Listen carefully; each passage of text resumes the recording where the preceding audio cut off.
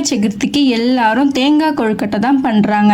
ஆனால் நான் இந்த வீடியோவில் 2 டிஃப்ரெண்ட்டாக ஸ்டஃபிங் வச்சு டேஸ்டியாக கொழுக்கட்டை எப்படி செய்கிறதுன்னு நான் உங்களுக்கு சொல்லிக் கொடுக்க போகிறேன். நாம் இப்போது கோகோனட் கொழுக்கட்டை கூட பீனட் கொழுக்கட்டையும் நம்ம செய்ய போகிறோம். 2 பேரையும் ஈஸியாக செய்ய முடியும், சாஃப்டாகவும் இருக்கும். வீடியோவை ஸ்கிப் பண்ணாமல் பாருங்கள், அப்போ தான் சாஃப்டாக பர்ஃபெக்டாக ஷேப் எப்படி கிடைக்குதுன்றதை உங்களால் தெரிஞ்சிக்க முடியும். ஃபஸ்ட்டு நம்ம பீனட் ஸ்டஃபிங் ரெடி பண்ண போகிறோம். அதுக்கு ஒரு மிக்சி ஜாரில் 1 கப் வறுத்த வேர்க்கடலை, 1/2 கப் வெல்லம், 2 ஏலக்காய் போட்டு நல்லா கொரகொரப்பாக அரைச்சி எடுத்துக்கலாம். இப்போ நமக்கு பீனட் ஸ்டஃபிங் ரெடி ஆகிடுச்சு. அடுத்து கோகோனட் ஸ்டஃபிங் எப்படி பண்ணுறதுன்னு பார்க்கலாம். அடுத்து 1 கப் கோகோனட், 1/2 கப் வெல்லம், 2 ஏலக்காய் போட்டு கொரகொரப்பாக இதையும் அரைச்சி எடுத்துக்கலாம். இப்போது நமக்கு கோகோனட் ஸ்டஃபிங்கும் ரெடி ஆகிடுச்சு. இப்போ நம்ம மாவு ப்ரிப்பேர் பண்ணலாம். அதுக்கு ஸ்டவ்வில் ஒரு கடாய் வச்சு 2 கப் பச்சரிசி மாவு கைவிடாமல் 5 நிமிஷம் லோ ஃப்ளேமில் ரோஸ்ட் பண்ணுங்கள்.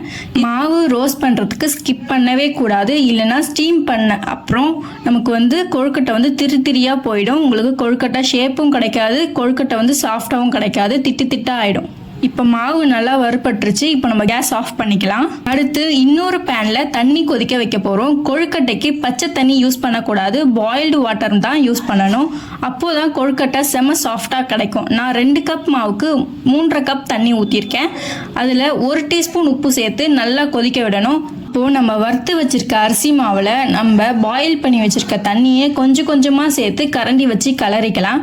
மாவு சூடாக இருக்கும், ஸோ கையில் நம்மளால் ஹேண்டில் பண்ண முடியாது. கரண்டி வச்சு எல்லா கட்டிகளும் உடச்சி விட்டுக்கோங்க, நல்லா கலரி விடுங்க. சூடு ஆறின பிறகு கையில் ஆயில் இல்லைன்னா கீ அப்ளை பண்ணிவிட்டு நல்லா சப்பாத்தி மாவு பதத்துக்கு நம்ம பிசைஞ்சு எடுத்துக்கலாம். இது கூடவே ஒரு சின்ன டிப்ஸ், கையில் தண்ணி படாமல் கீ அப்ளை பண்ணினா மாவு ரொம்ப ஈஸியாக ஸ்மூத் ஆகிடும், கிராக் வராமல் உருண்டு வரும். இப்போது மாவு ரெடி ஆயிடுச்சு. இப்போது ஒரு மோல்டு எடுத்துக்கோங்க. இந்த மோல்டு எல்லா கடையிலையுமே அவைலபிளாக இருக்கும். கொஞ்சமாக கீ அப்ளை பண்ணிவிட்டு மாவை ப்ரெஸ் பண்ணுங்கள். சைடில் எல்லாம் ஈவனாக கவர் ஆகணும். ஃபஸ்ட்டு நம்ம கோகோனட் ஸ்டஃபிங் வச்சுக்கலாம். கோகோனட் ஸ்டஃபிங் உங்களுக்கு எவ்வளோ தேவையோ அவ்வளோ வச்சுக்கலாம். எவ்வளோக்கு எவ்வளோ பூர்ணம் வைக்கிறோமோ அவ்வளோக்கு எவ்வளோ கொழுக்கட்டை டேஸ்ட்டாக இருக்கும். கொஞ்சமாக மாவு எடுத்து பின்னாடி க்ளோஸ் பண்ணிக்கலாம். மெதுவாக நீங்கள் அந்த மோல்டை ஓப்பன் பண்ணணும். அப்போ தான் கொழுக்கட்டை உடையாமல் கிடைக்கும். நீங்கள் வேகமாக ஓப்பன் பண்ணிங்கன்னா கொழுக்கட்டை உடஞ்சிரும். இதே மாதிரி நம்ம பீனட் கொழுக்கட்டையும் நம்ம ரெடி பண்ணிக்க போகிறோம். ஃபஸ்ட்டு சொன்ன மாதிரியே மோல்டில் மாவு வச்சு நல்லா ப்ரெஸ் பண்ணுங்கள். சைடெல்லாம் ஈவனாக கவர் ஆகணும். உள்ள ஸ்டஃபிங் வச்சுக்கலாம். ஸ்டஃபிங் வச்சுட்டு கொஞ்சமாக மாவு எடுத்து பின்னாடி க்ளோஸ் பண்ணிக்கலாம்.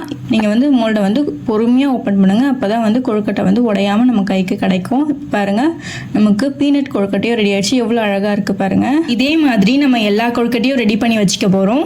இப்போ நமக்கு எல்லா கொழுக்கட்டையுமே ரெடி ஆகிடுச்சு. இப்போ இட்லி பாத்திரத்தில் ஒரு பிளேட் வச்சு ஒயிட் கிளாத் தண்ணியில் நினச்சி ஸ்ப்ரெட் பண்ணுங்கள். அதில் கொழுக்கட்டையை லைனாக அரேஞ்ச் பண்ணுங்கள். 10 to 15 மினிட்ஸ் ஸ்டீம் பண்ணி எடுத்துக்கலாம். 15 மினிட்ஸ் ஆயிடுச்சு. இப்போ நம்ம மூடி எடுத்துக்கலாம். கொழுக்கட்டை வெந்துருச்சா பார்க்கறதுக்கு தண்ணியில் கையை நினச்சி அந்த கொழுக்கட்டையை தொட்டு பாருங்கள். கையில் ஒட்டாமல் வந்ததுன்னா அப்போ நம்ம கொழுக்கட்டை வெந்துருச்சுன்னு அர்த்தம்.